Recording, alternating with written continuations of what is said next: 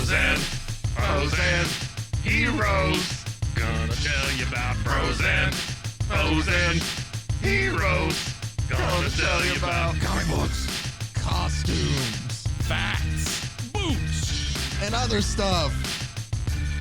in this week's issue. All-Star Superman Part 2. Welcome into Bros, Foes, and Heroes. I'm Zach, joined as always by the mighty man of... what are you a man of, Mike? Man of moisture. Mighty man of moisture, Yeah, Mr. just Mike. Swampy down there all the time. Usually a world's finest Wednesday edition, but for the next 2 weeks, it's just a continuation of our regular show. And we have part 2 of All-Star Superman for you today. Broken up into 4 parts. So issues 4, 5, and 6 today. The 2016. How about the 2006 series by Grant Morrison and Frank Quitely? Again, here is my cover, the compact cover, or the compact comic edition. Here's my version. Sorry, my book that I own personally. But you can't read that one. What you can read or see is the one when I put it up here. If you haven't, go back. And Monday we did part 1, which is issues 1 through 3. And then next week we'll do 6, or I guess 7 through 12 to get you ready for the Superman movie that is coming up, or that will release on Friday. What? Worldwide. Yeah, what it comes out on Friday. Movie? What are you talking about? Oh, you haven't heard about this? Huh? There's a Superman movie. Did you want to talk about something before I got into? I'm not I'm not going to subject you to that. It was Maslow's hierarchy of needs. Oh, okay. Yeah, it is one of the most boring things you'll ever. It's a motivational theory. I'm just going to read this to you real quick. It's a motivational theory. Yeah, I know I said I wouldn't do that. In psychology, proposed by Abraham Maslow, outlining 5 levels of human needs: physiological, safety, love and belonging, esteem, and self-actualization. So this, again, is one of those things that educators use as kind of a crutch. But does it fit Maslow's hierarchy of needs? Shut up. That's somebody mentioned it earlier today, and it's one been of those, in your okay. Well, it's one of those things that just gets recycled and recycled and recycled and recycled in education, and it's just do what's right for the kid. There you go. Done. I got you for sure. All right. Well, let's go ahead and let's dive into, without further ado. Let's get to Superman Evil. We're not gonna waste any time today. We are going to dive right into. I do have something else. Last week I played freaking rainbow coat. Last week, well, you'll see why. Okay. On Monday, I played a little clip from James Gunn himself talking about what they took from All-Star Superman for the movie. I do have a quote from David Cornsweet himself, actually referencing a specific panel from this that we're going to cover today, but I'll wait before the issue to show that. So it's, it's very timely, sure. But we'll get into that.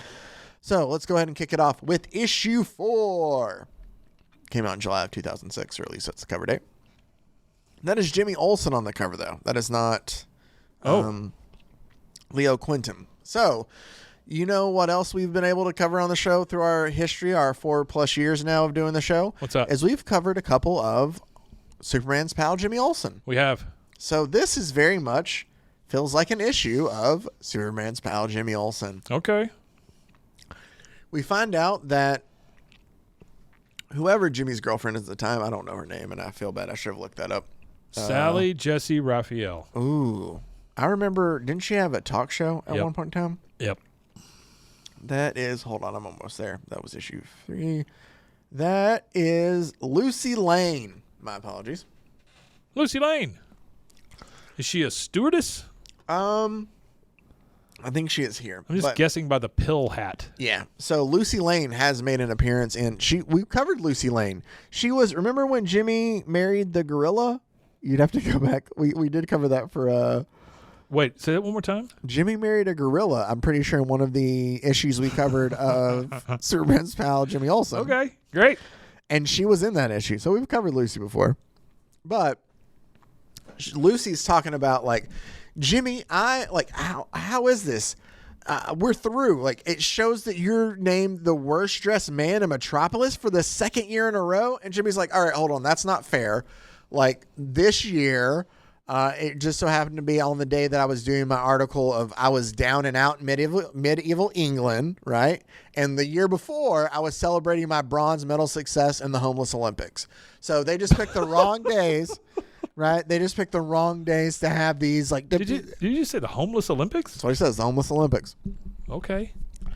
And he's just like, they essentially picked the wrong days to, pick me for worst dress. That's all it is. It's just a ruse against me, kind of. And he walks out telling her all this while he's dressing up as a woman, as you see him, like, in the short shorts. Yeah. Because he's like investigative journalist. Like, that's the thing we've covered before, all of his disguises and stuff. But he has pitched an idea to Perry White for his next, I was a blank for a day. Yeah. And he's going to be Leo Quintum, who's the guy who went on the space trip. He wants to take over this project. I figured you appreciate this joke when he shows up. Doesn't seem like an evil guy at all. No, he's not though. He kind of seems like, but he's not. I hate to spoiler alert it, but he's not. Okay. So, all right. But he essentially just tells Jimmy, we're going off to do this thing. Like they're going to visit this other, what is this? That group of glowing people that they've met. They invited him to his home planet, so he's going to take him up on that. Sure, you have free reign people. over that. I don't know the name of it. Yeah. I'm just kind of. They're glowers, not showers. That's true. So Jimmy's walking around. He's like, all right, tell me all the dirt. Like if I'm in charge of this, this just a crazy amount of research and stuff that you want to do. I want to show me the black box. I want to know all the research and stuff like that. And they're walking by and they have that one thing that's a door that says do not open until Doomsday. And he's like, okay, what's in there? And she's like, it's something that we've researched. We're just still working on it. There's, That's not ominous at all. No. Well, he has do not open until Doomsday. He has to use it eventually. Then they come across this place. Are we talking about the guy? Doomsday? Kind of. Time. I think it's both, but it is to the guy. You'll see. All right. They tell them they're digging in the underverse. Is that what they says? Yeah. It's exploring the world of super heavy gravity. They're kind of digging underneath where they are. I don't know. It's this weird thing. But the digging equipment gets stuck and sucked in by whatever they're trying to dig, and it's going to pull Jimmy in too. And you see the Z he's pushed his little wristwatch. Yeah. To ping Superman, and Superman's sitting there just in the room, talking to Perry, and Perry's like, oh man, Clark, this is some of the best journalism I've ever seen. Are you listening? I don't hand out praise that this for maybe another 100 years. Come on. And he's like, it uses all the letters. Yeah. And Clark's like, oh, sorry, Perry. I left my my oven on. All right, I gotta go. I'll have the Luthor interview on your desk by Friday. And he's like, on what? Oh, because he's got to go to save Jimmy. Yeah. So Superman shows up. He's unable to rescue the worker that fell in, but he is able to help them pull out whatever they're what they were hooked on to that caused them to fall in. Okay. And what that was is black kryptonite. Black kryptonite. So it's a new kryptonite just for this. That's is that kind of like that black ice that you hang from your rearview mirror? Very much so. Okay. And the gum, black ice. Is there a black ice gum? Dentine ice black something. But oh, okay. You know what I'm talking about, though, right? They sell the little Christmas tree that you hang from your yeah, it's black ice. Black ice on it. Yeah. Which I always thought was weird because what the hell does that smell like? Black ice. And so Jimmy tells him oh, a new kind of kryptonite. I don't like the look of this, Superman. K radiation can kill you. And he's like, Jimmy, not anymore since I'm immune to green kryptonite. I can't say that I really feel anything different. And it shows him looking at the kryptonite, and Superman's just sitting there kind of looking down at the Superman logo. And he goes, it's the signal watch. He looks up and looks at Jimmy.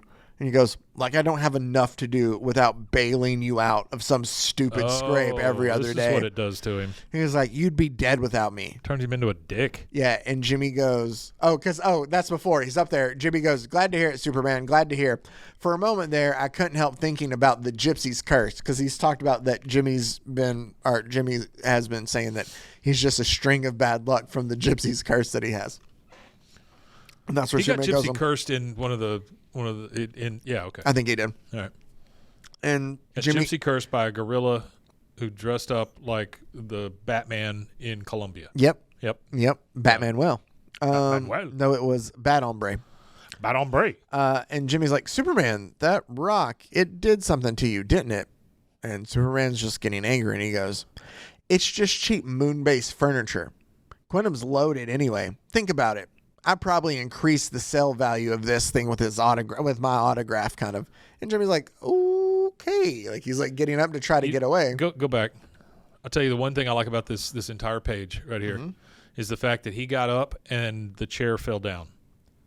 Like, the artist took the time to make it look like he got up real quick and that chair just fell over. Uh-huh. I like that. Yeah. That's I'm telling really you, cool. Frank Quitely's art in this is fantastic. That's a great little, I mean, because you don't have to do that. No. Well, and that's the thing, too. Like, and you can tell, like, when he pushed himself up, he did it with force, too. Look at the edge of the table. It's, like, crumbled. Yeah. And you can tell he's, like, probably angry, like, just pushed himself up. You're right. The small details like that. And he's like, okay, we can handle a Superman who's a little mischievous, maybe one a little annoying, but basically, he's like, no. And then you can tell, like, Superman's fighting whatever this is. He's like, no, it's getting worse. Like, he's trying not to let whatever it is affect him. And he's just like, everything's gone opposite. Jimmy, I know what Black K does. And he, like, then you can tell, like, it's taken over. He's like, it makes me bad. And you know what? Black K. Part of me is starting to like the idea. Like, he's very much now, like, Homelander mode, kind of, in a sense. And he, like, shoots lasers over at Jimmy. And then he stops it. And he's like, no, do the opposite. Like, he's honest. Like, you see him, like, trying to talk himself out of this. He's like, I'm in a jam. I need your help. And then he cuts back to it. And he's like, look at these, like, they're swarming like feudal bugs in the sun. Who's going to stop me from doing anything I want, Jimmy Olsen? You? And he just, like, kind of laughs and just flies away. And Jimmy is like, all right, emergency, Project Red emergency. Like, we've got right? Yeah. So they're meeting. And you see, like, a bunch of those little Bizarro clones that are shot off, like they're being, like, shot out of, like, a moon-based kind of cannon system there, wherever they are. You see what I'm, saying at the top there? I have a problem here. Did your mic break? Yeah, hold on. What happens when we get older? Yeah, I'm gonna. No, we're fine. I'm gonna do it like this. Okay. All good. And so. That was weird. That was weird. But Jimmy's like, Black K did it. Jimmy's just like, what is our thing, or what are our options? And she goes, well, Superman, like, himself helped create 3 anti-Superman weapons for us. One of them was kryptonite powered, kind of here, and that's kind of currently ineffective then with all these Bizarro clones. And then she's like, the second weapon is the Phantom Zone cannon will shortly be released from its lead shielding and fired from an orbital location, kind of like at him. Like, that's the failsafe they've come up with. But at least I like that they have a failsafe of, you have to. We're going to triangulate him, and we're sending him to the Phantom Zone. Like, that's what we're. Yeah. But Jimmy's just like, the Phantom Zone, but there's no, like, exit ride out. Like, we can't get him back from there. And she's just like, well, what choice do we have if we're really facing an evil Superman? Like, we have to do what we can to get rid of him. And she's like, he could crack the earth in half. He could enslave humanity. Like, we got to use the Phantom Zone. He's like, no. He saved my life zillions of times. Like, there's got to be a third option. It's the Doomsday, right? That's the third option. So evil Superman's now in Metropolis battling all these, like, Bizarro, like, I think they're supposed to be, like, kryptonite infused kind of Bizarro creatures. And obviously they're not doing anything to him right now. As they land, though, Superman is talking kind of more like Bizarro, because he's like, still strong as ever was. Where I am, Lois Lane. But Jimmy shows up and goes, Superman, I can't let you embarrass yourself like this. And Superman looks at him and goes, you? And he, like, uses his fire vision, and Jimmy kind of, like, ducks out of the way. And he's like, what is it with you? And there's, like, a battle to get out of it. And you think that he's going to use this formula that he has on Superman. Yeah. Because he's like, what are you doing? Like, that can't penetrate my skin. Like, I'm indestructible. He's like, you and that dumb gun at me, like, say bye-bye hand. And that's where he shoots it. And it hits the little wristwatch again. And that saves Jimmy, thankfully, because it's an indestructible watch. But Jimmy, shoots himself with the gun and transforms into Doomsday. Doomsday Jimmy Olsen, essentially. Okay. And so Doomsday Jimmy Olsen does clobber Superman. Is that what we're getting? Are we getting a Doomsday Superman? No. Okay. Not in this. No. I mean in the movie. No, I don't think so. I don't think so. You think it's Bizarro? I think that Ultraman's Bizarro, yeah. Okay. Or it is some version of like Ultraman, yeah. Yeah. Okay. And so that's the thing. But he's still hearing the countdown. Like they're still using they're counting down for the Phantom Zone cannon. Like 28, 27. Like you're still getting countdowns as Jimmy's trying to like subdue Superman. And Superman's just like, what am happened to me? No fair. Me get weaker. Me am die now? No die. Me scared. No die. No can die. Am Superman. No can die. And the whole time, like, it's kind of sad as he's like cowering there. You got to give it up for that watch band. You do. Oh, it stretch, yeah. But it's just still, it's a very powerful moment of like you have a cowering Superman and the band still going off. Uh-huh. And about that time, like Jimmy is like coming out of like whatever the little shot he was given as he's like comforting Superman and like holding him there. And these guys come up and he tells them, he's like, don't let anybody see him like this. Like, you hear me? Like, okay, naked man that was a monster 5 he minutes is. ago. Well, these people come up and they're like, excuse me, I know this is going to sound insane, but Nathan and I are the producers of the Broadway smash Frankenstein on Ice.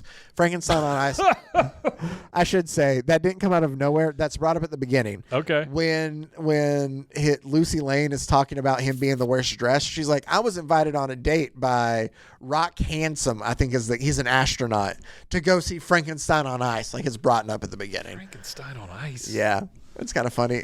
Great But they show. go, here are some VIP tickets for opening night. You and Superman just saved our lives from that terrible monster, which they saw the Doomsday that Jimmy was. And he goes, huh?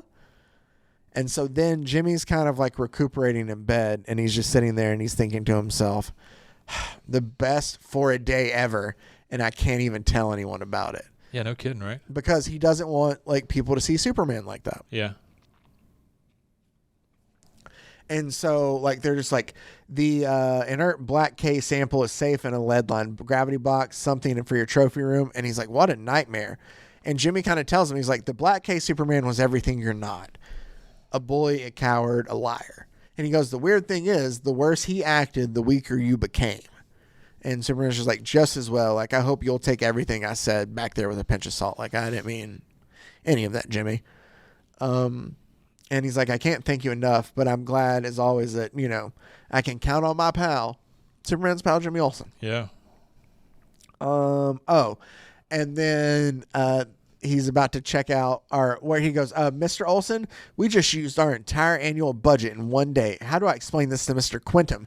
And Jimmy's like, I checked like the secret project's bank accounts in Zurich. There's literally like an infinity sign in the credit column. So you don't have to, or you have unlimited resources. So don't come at me with this. Oh, like, you know, we spent our annual budget in a day. Yes, She-Hulk. And she goes, you can't know that. And he goes, no firewalls, Olsen proof. Also, I still have 10 hours left of being the project dictator, and I have a couple of last requests, including a large-scale, short-term cosmetic alteration to the moon, which I'd like you to commission. And what we get is Jimmy shown up in one of Quintum's rainbow robes. Yeah. And he asked Lucy, like, how'd the date with Rock go? And she goes, he was arrested for selling mind-bending Mars rocks on eBays. And she goes, what was your assignment? You missed Superman beating up some monster downtown. And he goes, it was Boresville. I didn't get to make the assignment. It was nothing. But I thought that maybe if you weren't busy and like he has the tickets, you know, like we could go see a coat or like go see the play. Oh, by the way, have you seen the moon? And what do you think? Did my curse wear off? And if you look at the moon, it says, I love Lucy on there. Mm-hmm. And she goes, Jimmy Olsen, get over here. And that ends that issue. Smoochville. How did you make the moon like that? And he goes, magic. Or I guess magic. I don't know. Like spirit fingers. He does that. Magic. Yeah. Well, okay. Jimmy rode on the moon. He did. So now we get issue 5, which is a Lex Luthor focused issue. And you can see him in prison there. But we get Luthor in prison, and it's Attila the Hun, Genghis Khan, Al Capone, Adolf Hitler, Lex Luthor. He's like, you freely admit that these vile and appalling criminals are the men you revere above all heroes and all role models. Like, the judge is just sitting there, and what he does is he just kind of unbuttons them. And he's like, you've done all this to try to, like, you've done terrible things. And Luthor's argument is just like, Superman made me do it. He should be on trial here. And they're like, put me away, you senile, sweaty toad. Get this farce over with. Like, Luthor just does not care. And the judge is like, all right, it gives me pleasure to deliver this verdict. Guilty on all counts of crimes against humanity. The sentence is death in the electric chair. That's a bad one. Yeah, is what they sentenced Luthor to death. And he just sits there, and he has a very smug smile on his face. And we see Clark flying over in a helicopter, a little bit nervous, as we get the title for our issue of The Gospel According to Lex Luthor. What happens is Clark has been granted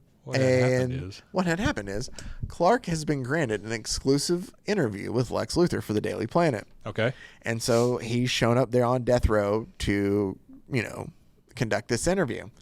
And he is the robot that he is working on that he introduces that is essentially a roving library that he has created that's called the Billabot Mark II.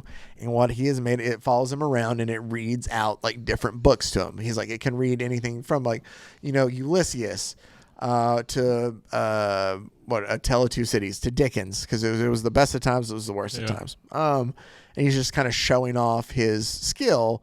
And what Clark is doing is showing off his oafishness as he trips over the electrical cord and the gun there. And like a little small explosion happens. And it's a funny moment as like the smoke's all there and he like stands back up and Luthor goes, how ironic is it here that I'm here on death row, courtesy of evidence gathered by your newspaper, The Daily Planet. And like, Clark's like, yeah, that is kind of ironic. And he goes, wow, doesn't that make you wonder then about that back there? You tripping there? But yet somehow like these people have somehow managed to overlook the high voltage death trap. Like he's making a joke of like, maybe I tried to like, kill, about just Clark being an oaf. But you're going to find there is a very just like just Lex knows everything. Okay. Like he's just so we'll get to it. He's sitting there and he's working out to get better. And like he's telling things to Clark. He's just like, this would never have happened like if anyone else on this planet had the wit to see it. Like, that smug self-regard, the powers, his beaming boyish grin. How does a man like you feel about Superman, honestly? And Clark's just like, I'm fine with him. He's always been friendly around the office. And Lex goes, and you don't feel in any way diminished by his very presence on this planet? Huh, strange. And Clark goes, our jobs don't tend to overlap. Like I'm a reporter about sure. it. Yeah. He goes, speaking of which, as my job as a reporter, that is. And Lex goes, what is that? What are you writing about me? And he grabs his notepad and he's like, it's just a bunch of intangible squiggles.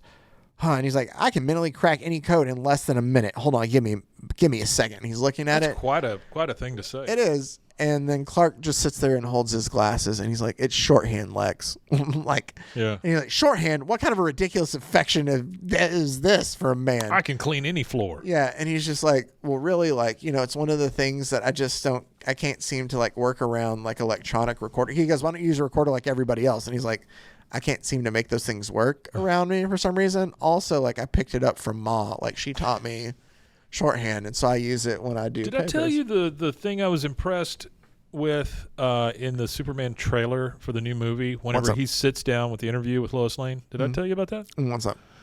It says what's the guy who owns the corp? Lord Tech. Yeah, Maxwell Lord. Yeah, so she puts her little recorder down, and at the top of it says Lord Recorder or whatever, right? Lord Tech. Yeah. If you notice, their computers in the Daily Planet are like that too. Are they? Yeah. That's really small details that make it go a lot further with me. Yep. That's pretty. It's awesome. all Lord Tech stuff. Yeah, that's really cool. And so anyway, well, I mean, I'm just talking about from James Gunn's perspective. Oh no, for sure. That's a guy who has completely immersed himself. For sure. I get that. I agree with you. Because you could have sold the rights to that to Sony or somebody, and said, "Here, put your name at the top of these recorders.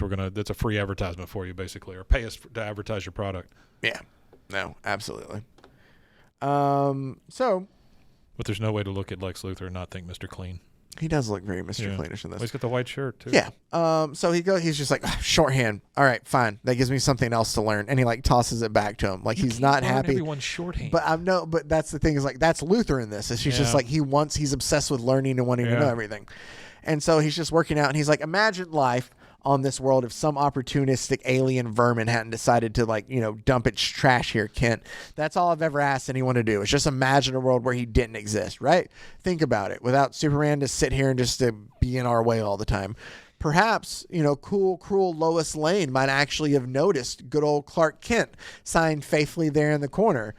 And he goes, why aren't you blushing? I know you have feelings for her. And Clark's just like, this is an interview about us. Remember this exclusive you promised my editor? And he goes, I'm just saying, a tall, strapping Midwestern farm boy with with brains, integrity, and no style of his own. And that's a prize for any cynical city girl. Throw in some weight training and your flabby physique of yours could even, rival Superman's. Like, that's the thing I was talking about. As you can tell, look at the way he draws Clark. It's more of like even just his shoulders are hunched. Yeah. It's just he looks different in the way he's drawn. Yeah. Lex has kind of a point here. He does. If Superman had never come to the planet, do you have all the disruptions and the stuff he has to save you from?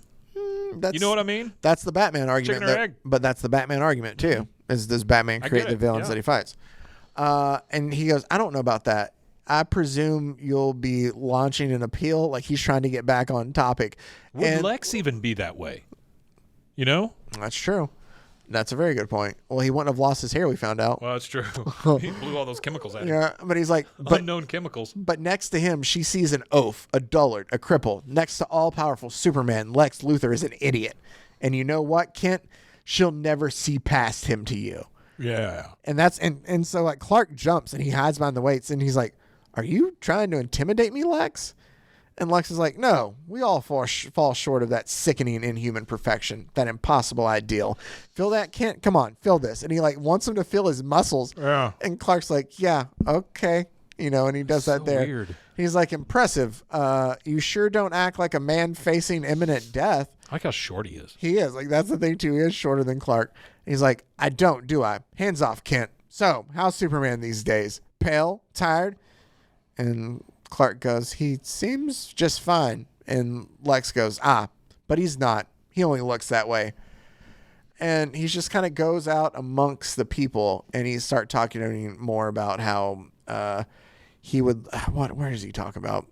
Just like getting rid of Superman, about him being like a plague and a parasite. Yeah, right. And about that time, we hear, I'll gut you, Luthor, suck you dry.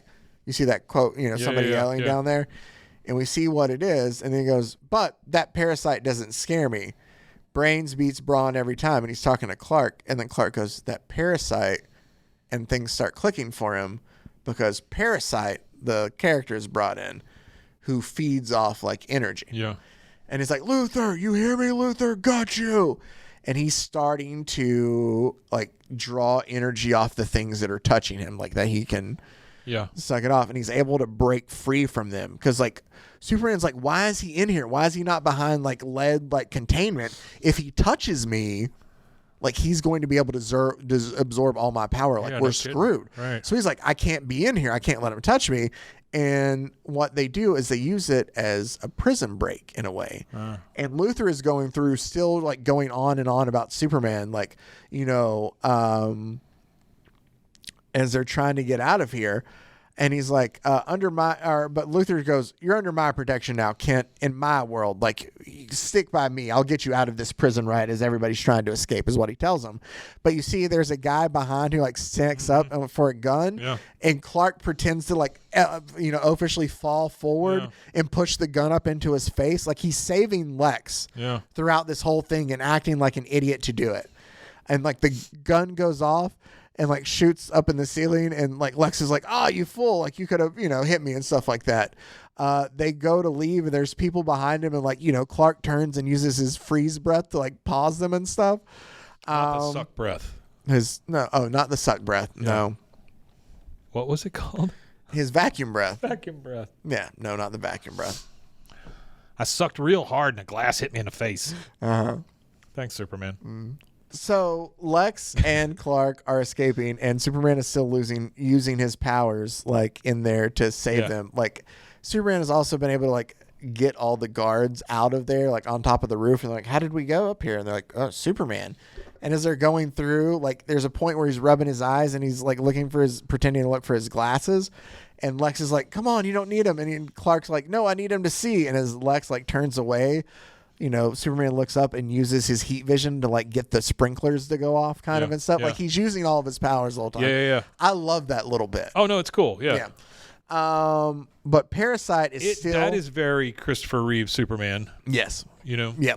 And Parasite is kind of hunting down Lex this whole time, just wanting to kill and devour him.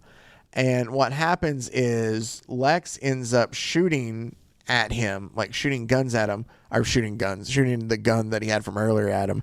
And Clark tells him like, one gun. Yeah, like he's going to take all the energy from those bullets and like grow even bigger. What are you doing?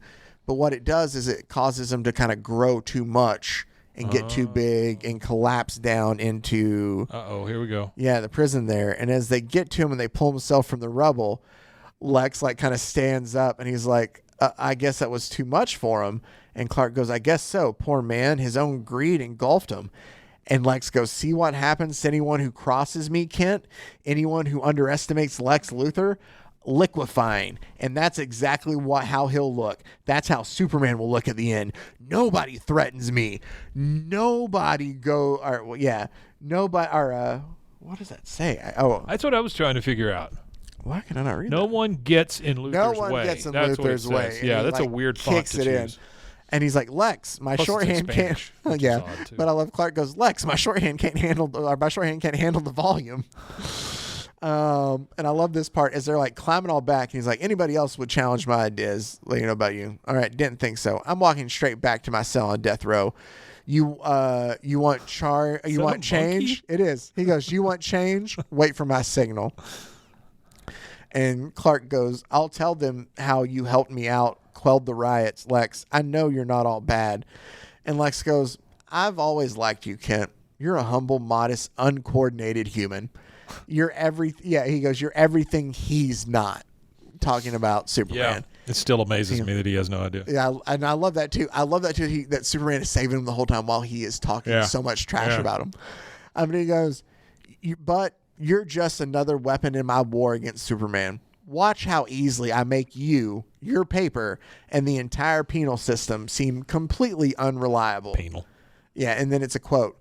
And the inimitable Lex Luthor opened up the floor and shook hands with a baboon in a Superman suit.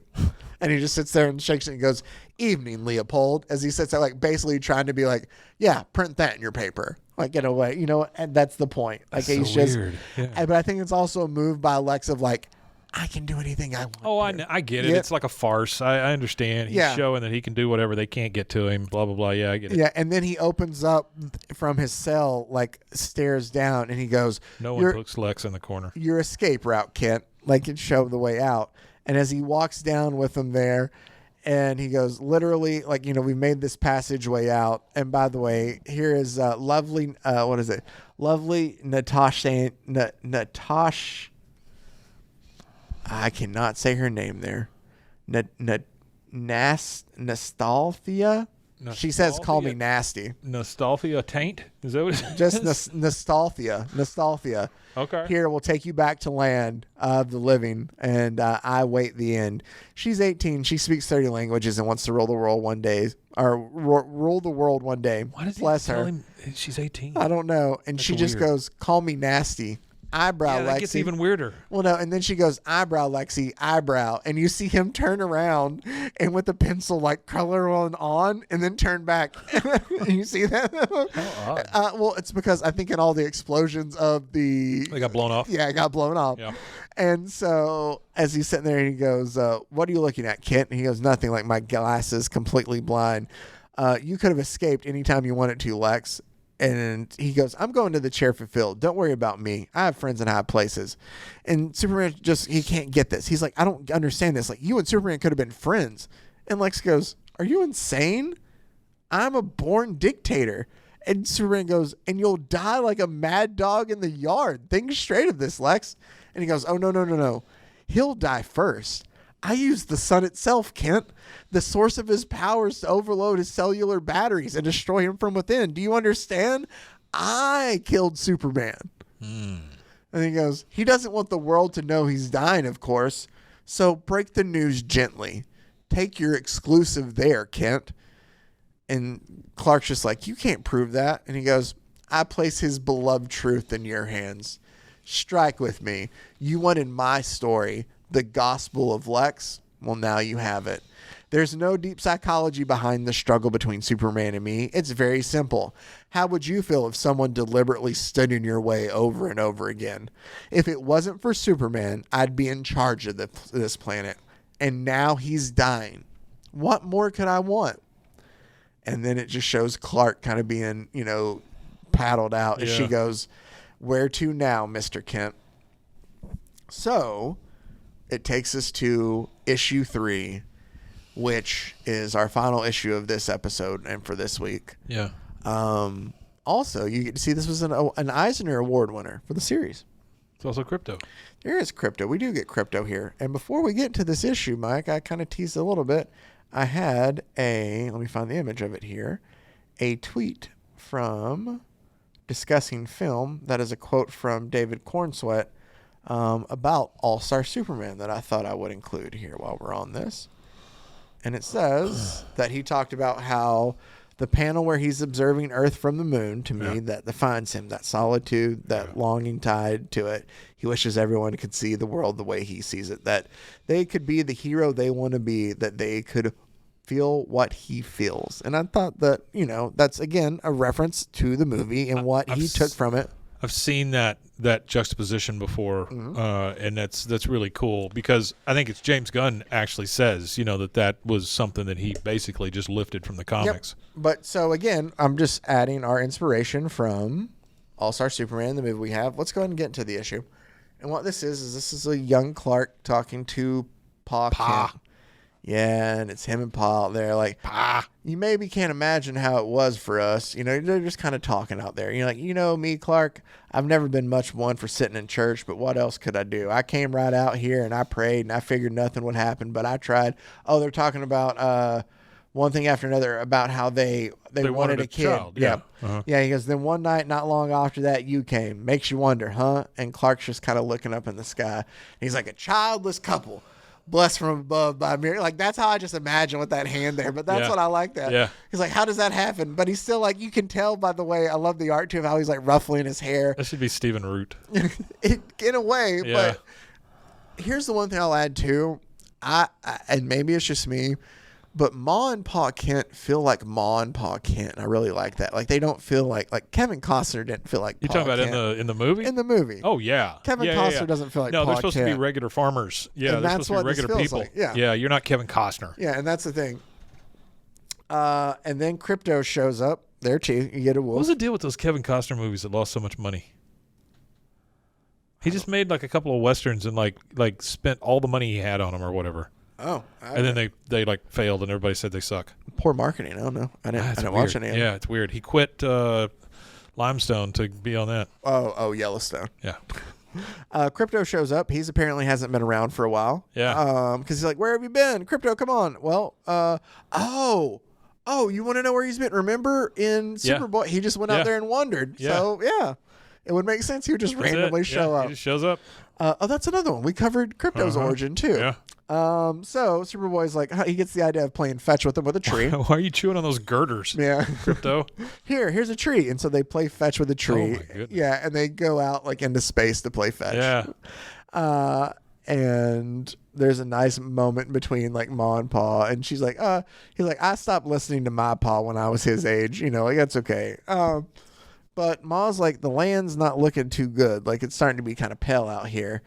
And he's like, oh, he can fly. Like, let him go out there and have fun kind of thing. He doesn't belong on a farm. Maybe none of us do anymore. But about that time, this man shows up, and he's like, evening, folks. I hear you're on the lookout for some good men to help for the harvest. And you get the title, Funeral in Smallville. Superman's out playing with Crypto. There's the panel that we just talked about there. That's cool. It's him and his dog just sitting on the moon looking back at Earth, and I do always love that panel. When Clark gets back, the vastness of that crater. Oh, that's a very vast. I wonder if they that's created very cool. But it's Clark waking up in the morning back at the Smallville farm, and Paul introduces him to some new. Is that Mixoplex?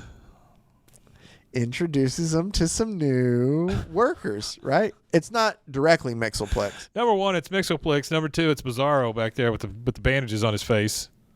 Hold it. Okay. Just all wait. right. Okay. Just wait. All right. But Paul introduces him to the new farmhands that are going to help out there with the harvest. It's like they need help at the farm, so Clark's off at college and stuff, so like they're going to help out with the harvest and stuff. Sure. And he's kind of introducing him there. Clark goes and hangs out with Lana Lang and I don't think it's weird. There's a little Pete tiny Ross. dude with a purple hat. He's not floating. He's just walking. Yeah, but look at him. He's right there too. Yeah, but he looks like Oompa Loompa. So, but Clark is sitting there on top of Water Tower listening, like he's hearing things, and he's just like, Calvin Elder, that's the name of the guy. Yeah, that was there. He introduced himself in the last. Has superpowers and an action suit like mine, and here come the others. Crypto, like they both think something's up, and they're kind of watching from a distance. Well, yeah, something's up. Yeah, and they're like, I was too late to save him. And like, oh, the chronivore ate the poor man's entire life, but he didn't die in vain, Cal. Wait, I hear a distinctive heartbeat nearby, like an echo. And they figure out like, and what happens is he goes and sneaks up on them. These are all part of like the Superman like squad. These are all Supermen from different futures, right? From different dimensions, right? But they're all here on purpose because this monster called the chronivore is coming through and eating time, right? So they're back here to kind of like contain the beast and make sure it doesn't kill anybody, or like it essentially just sucked the entire life out of that man, just ate the time from him is what it did. So that's why they're all here in this time frame here. And they're like, sorry, we had to disguise ourselves, but as you can see, like my true form would probably attract a little too much attention. He's not Mixoplex, he's Kixelic because he's a Superman variant of it. But yeah, sure. Yeah, okay. There's the unknown Superman of AD 4500. Remember, we saw him a little bit. Yeah. And then there's the Cal Kent was the one from the 8000 who was the first one that we saw too from the future. And they're just telling them that they're there. There's the chronivore. Their haircuts suck in the future. They do. But there's the chronivore that they're there to kind of hunt and contain there. They have a battle between there, and they try to tell him not to get involved, right? Like, stand back, Clark. This is a job for the Superman squad. And they're like, what are you doing? He's like, I'm good with them. Like, this is my home. Like, these are my people to protect. Like, let me help. Superman wants to help. And they're like, no, we can't let you do that. You don't understand. And Clark is fresh. This is a young, Superman. Yeah. And so he kind of like zaps him to get away. He's like, I can take care of myself. And there's something weird about all you guys still that I just don't, all y'all being here. So he's going to try to help, like, stop this thing too. And Cal's just sounding like, don't be insane. I'm faster and stronger than you. You need to like listen. Like, and he tackles him. And he's like, I'm also telepathic. Like, you can't resist me. Your solar powers are in their infancy. You're not as strong or as smart or as fast as you will be. And he goes, oh, yeah? And about that time, Crypto comes and knocks Cal out of the way so Superman can get up. And he goes, but I have a dog. I can very much see a moment like that in the movie, too. Absolutely, sure. And Superman's going to try to stop this the chronivore there. Yeah. What we get is Jonathan, because the chronivore is leaving like a tornado type, thing happening. Yeah. So Jonathan, or Pa Kent, is out in the field looking at the tornado, and the bandaged guy, which is the bandaged Superman from earlier, walks up there with him, and he goes, heck of a harvest, Mr. Kent. And he's like, you boys done a fine job. I always say it's the work you put in that you get back. My wife wants us to stay back in Smallville, minding the general store. Puts her right at the heart of the business. She says, this is the end of the line for me and the farm. And then he sits there and he goes, he'll be okay, won't he, the boy? And the guy goes, it all comes out all right in the end, is what he essentially tells him as they're out there talking. Yeah. So Superman is back, and he goes to save the Mr. So Mixoplex has shot a chain into this thing. No, like And to it's try dragging to him try to around? capture it, like he's hanging on to it to try to stay with it. Yeah, Okay. but it broke loose, and Superman's there, and he grabs the chain to try to stop him, and Kent has the dog stop, and he's like, "I tried to warn you. That's bad. If you face the chronivore, it will eat a precious 3 minutes of your life, and in those 3 minutes, Jonathan Kent suffered a fatal heart attack." Remember how? Yeah. So this is a very big moment for Superman. And so Superman's trying to help with the chronivore and stop him there. Sorry, all of a sudden he's just like, hold on, I can't hear this. I can't hear the heartbeat anymore. He's like, why can't I hear this Pa's heartbeat? Hold on, Pa, not Pa. And he's like flying. Yeah. And he's flying so fast to get there that his hair catches on fire. That is pretty fast. It is. And the line that gets it too is like, I can save him. I can save everybody. Yeah. There he goes. As Martha runs out there to Pa. Yeah. But obviously it's kind of too late. And then it is Clark at the funeral as he's kind of giving the eulogy, talking about how, like, he taught me to be strong, to stand up for the weak. That bullies don't like being bullied back. Ma Kent kind of looks like she has a birdcage on her head. She does a little bit. He's like, he taught me to be good. Good heart is worth more than all the money in the bank. He taught me about life and death. It's just like he's giving the eulogy for his dad.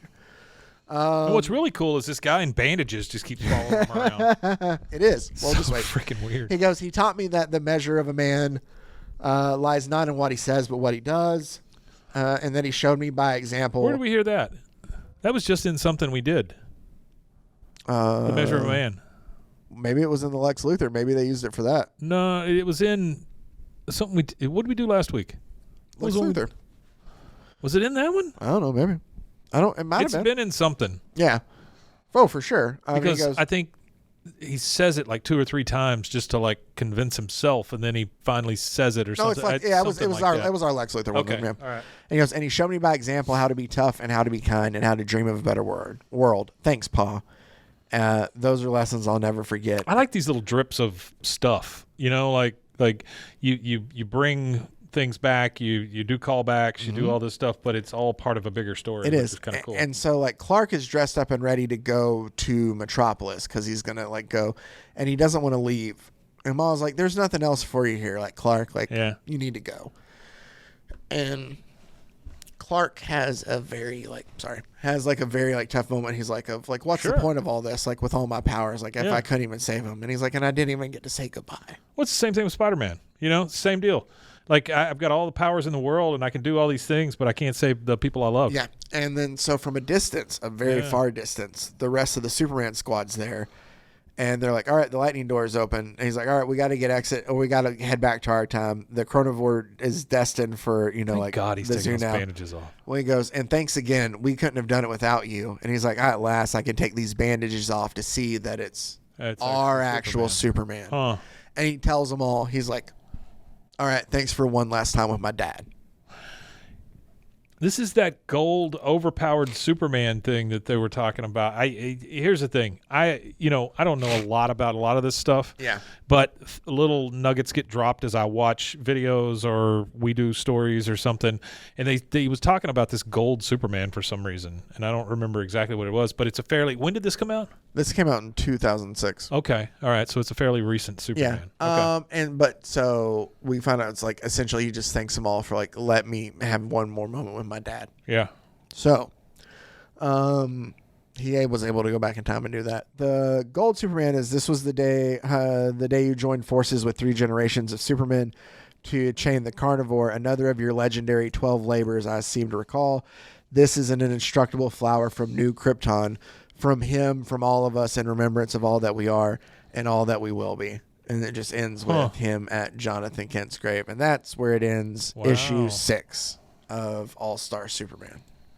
This is big too. It's a crazy ass packed thing here. It is. We're dealing with. It is. We got a lot of we shit in got it. 6 more issues. That's why I figured we would do it like this. Holy farts. Yeah, so we got 6 more issues to finish it all out. Next week we will do 7, 8, and 9, and then 10, 11, and 12. But Next there you week go. we'll do 10, 11, and 12. And then we'll the be next done week with we'll do them. 7, 8, and 9. And then we'll be done.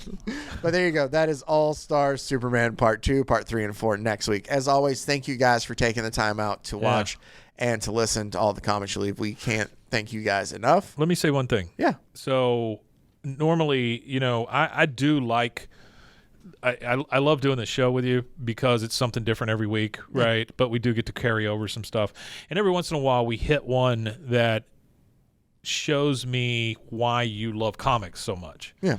And it's because it can be insane, but also part of a bigger overall story. Yeah. Exactly. Yeah. That's cool. No. I tell you what, it takes a hell of a talent to be able to take something so freaking crazy and turn it into something that people actually care about. No, for sure. Yeah. And Grant Morrison and Frank Quitely both did an amazing job with this. Cool. This is both like, Tom King, Mark Waid, both of them love. Even it's cool when the writers you love and enjoy are like, I love this. You know what I mean? But yeah, they actually they tell you how great it is also, and the fact that these superior writers and artists, that have proved themselves over and over again, come back to this main character because they see what an anchor it is to the entire universe that they deal with, Exactly. Yeah, that's cool. Oh, so more to come next week. Thank you guys. That's about as deep as I get. And it is very deep. Rough. It is very deep. Thank you guys for taking the time out to listen, to watch, as always. Yep. Until next week, stay safe, everybody. Golly to the con. Pros and heroes. Gonna tell you about pros and heroes. Gonna tell you about.